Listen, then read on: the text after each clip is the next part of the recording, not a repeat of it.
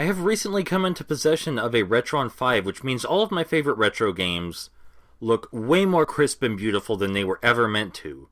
So let's play Trog.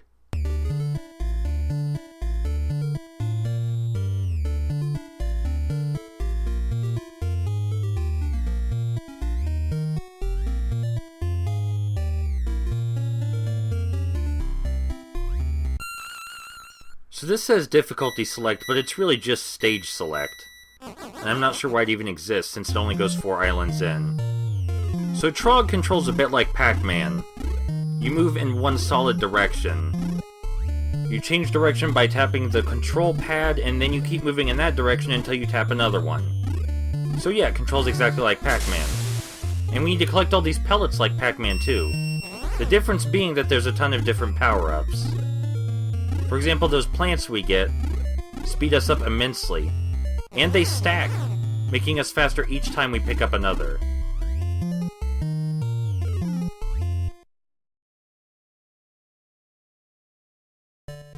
And after we finish a stage, a home appears. Home just means exit, and when we exit, we finish the stage. It's that simple. Now, our power-ups of course leave when we enter a new stage. And all kinds of hazards appear, not just the cavemen. Like that tar pit. And of course if we walk into the tar pit, we die. That might go without saying. This pineapple up here turns us into an adult dinosaur. It's like a power pellet from Pac-Man. Anything we touch gets destroyed instantly, even hazards. The plants still make us go faster, even while we're powered up. It of course doesn't last very long, but it doesn't really need to.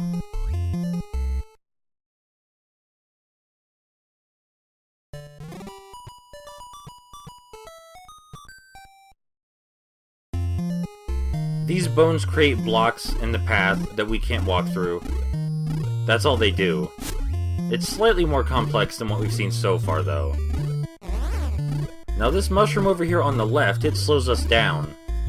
That might seem bad, but it gives us more control. If we get too many plants, it can be hard to move. And yeah, you just saw we can just punch the caveman in the face. When you see one walking towards you, that's the best course of action. And you want to punch them as far away as possible. If you let them get too close, they'll block your punch, and then counterattack, which kills you instantly. So yeah, punch them from as great a distance as possible. And also make sure you smash the punch button. Only punching it once makes an opening for them to get through.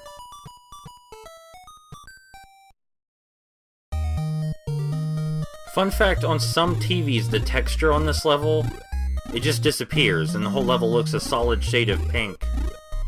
It's very strange. That's really the only interesting thing to say about this level in particular. The bones are placed in different positions to make it harder for you to collect the eggs. I'm not sure why we have so many eggs. We're not even a mature dinosaur, considering we need a pineapple to grow.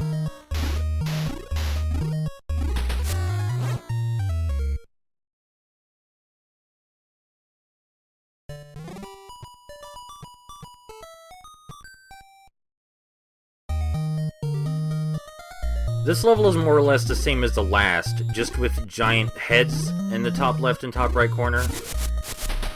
I guess to give you less maneuverability. It does get difficult if you get trapped on the far right or far left sides, but as long as you keep in mind what I said about when to punch the caveman, you'll be fine. It is definitely possible to outrun them this early in the game, but they do get progressively faster. Don't let their numbers intimidate you. As long as they're coming at you from one direction, it's always possible to escape.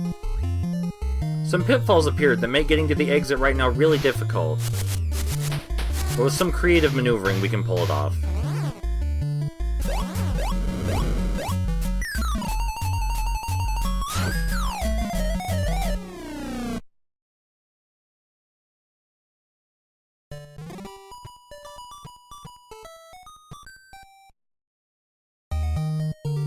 Same thing as the last stage, this time with 3 skulls, and I bet you're wondering, are they going to introduce anything else, or is it just going to be walls made of bone?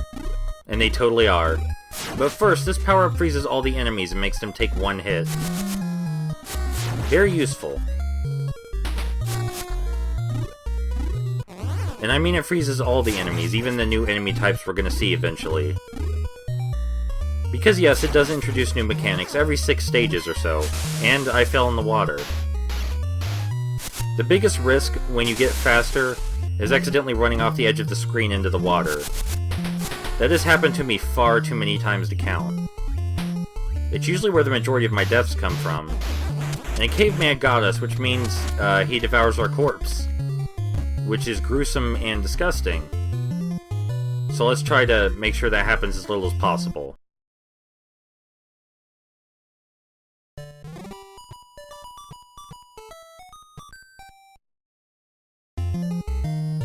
There are bonus stages before every change in mechanics. In this one we just have to eat as many cavemen as possible. Of course the flowers help with that.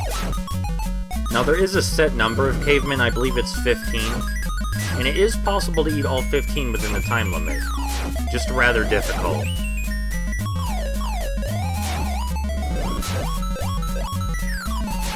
You usually don't get to hear this song for this long. It loops pretty quickly, but it does get weirder.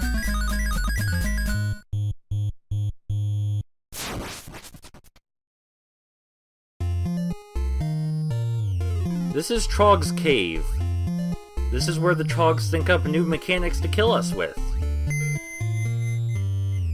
This Trog's thinking about cooking us into pizza. Do you know what that means? That means the invention of fire. The Trogs can now start fires for us to run into. Which you'll see in a sec. Yeah, that guy up there just started a fire. But there's this power-up that gives us the power of fire. Lets us shoot flames from our mouth. Incredibly overpowered. Goes away pretty quickly, though. So these tunnels simply teleport us from one tunnel to another. You might have guessed that yourself. That mechanic was not showcased in the Trog's cave. That's because it's not really an offensive mechanic so much as an environmental one. It's definitely the more interesting mechanic. Definitely the more interesting mechanic in these stages, though. The fire isn't that big a deal.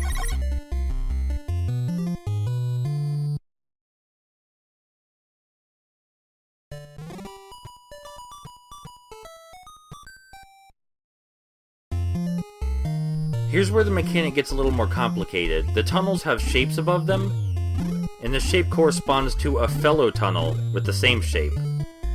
So we go in this circle tunnel, come out the other circle tunnel. Pretty simple. You just have to pay attention to which one you're going into. The Trogs can also use the tunnels, though, so you have to be wary of that. We can't attack while we're in the tunnels, but if we have the fire power up, we can shoot fire from inside the tunnels, as you just saw. Now, the fire power up is kind of rare.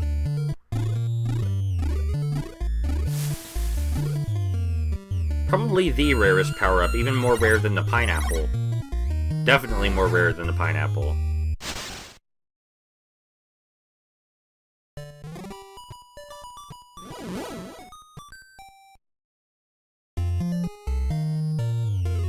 Now the placement of the tunnels here is kinda tricky.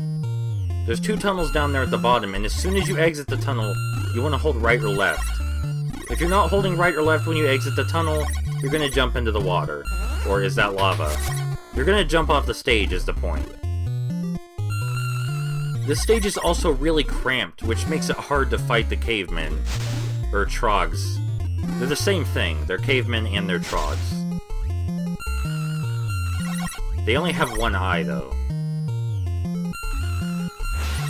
That was really close.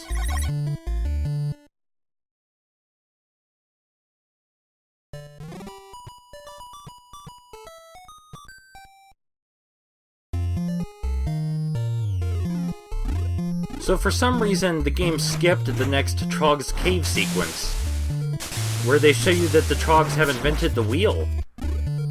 Everything they invent so they can kill and eat us.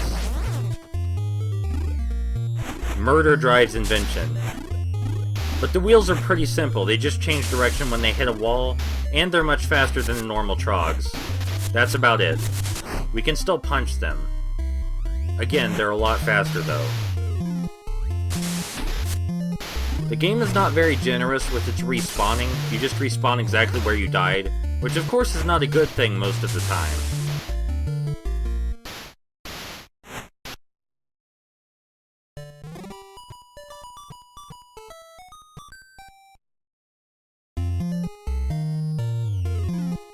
So for these first few wheel stages, there's a big square in the center for the wheels to bounce around in.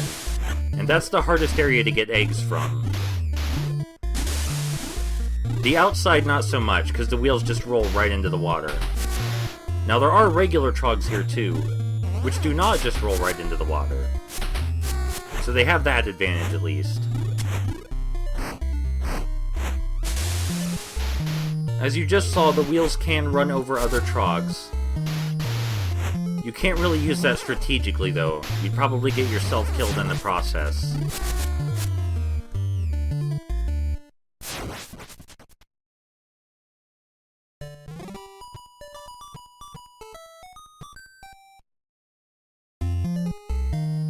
Look, it's another big square in the center. I wonder why that is. The only addition here is more tunnels. The tunnels aren't even necessary, so I'm not sure why they were added. The stage is just as easy as the other two, just with tunnels.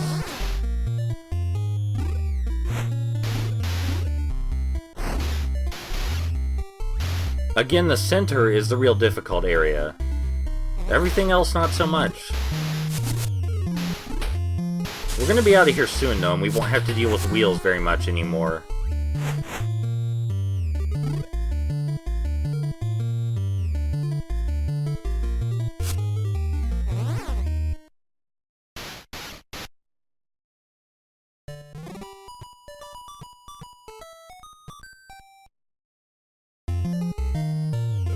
Another bonus stage, this time we just need to collect all the gems as fast as possible. Again, it is possible to get them all, but you have to do it without making a single mistake, and I make at least 2. Yep, that was one. And that was another.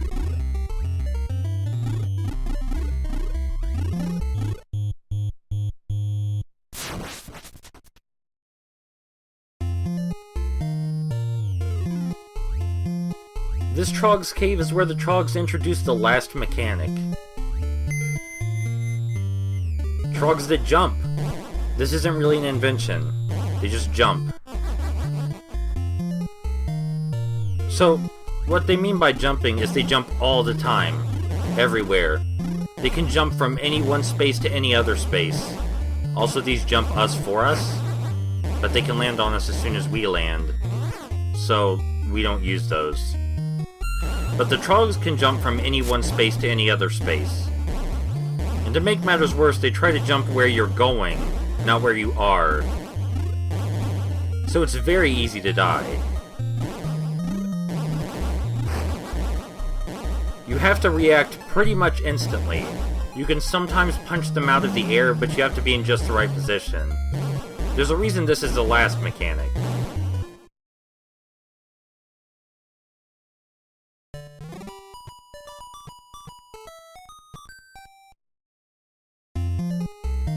So you're probably thinking to yourself, if it's the last mechanic, then the game's probably almost over. And that's true, this game only has 22 stages. Now, I don't make it to the end because I made too many mistakes, but I have before. And there's really nothing new after these jumping guys. After you finish the 22nd stage, the game just loops from the start. So it's a pretty short game. But it's not really a game you play to finish, I guess. You play it just to get a high score.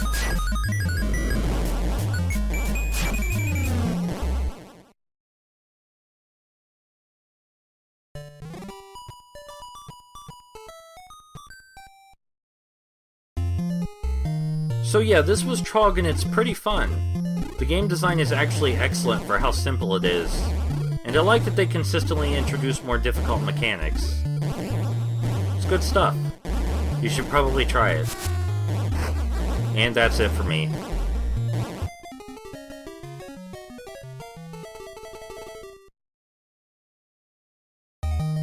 Thank you everyone for watching, and I'll see you soon.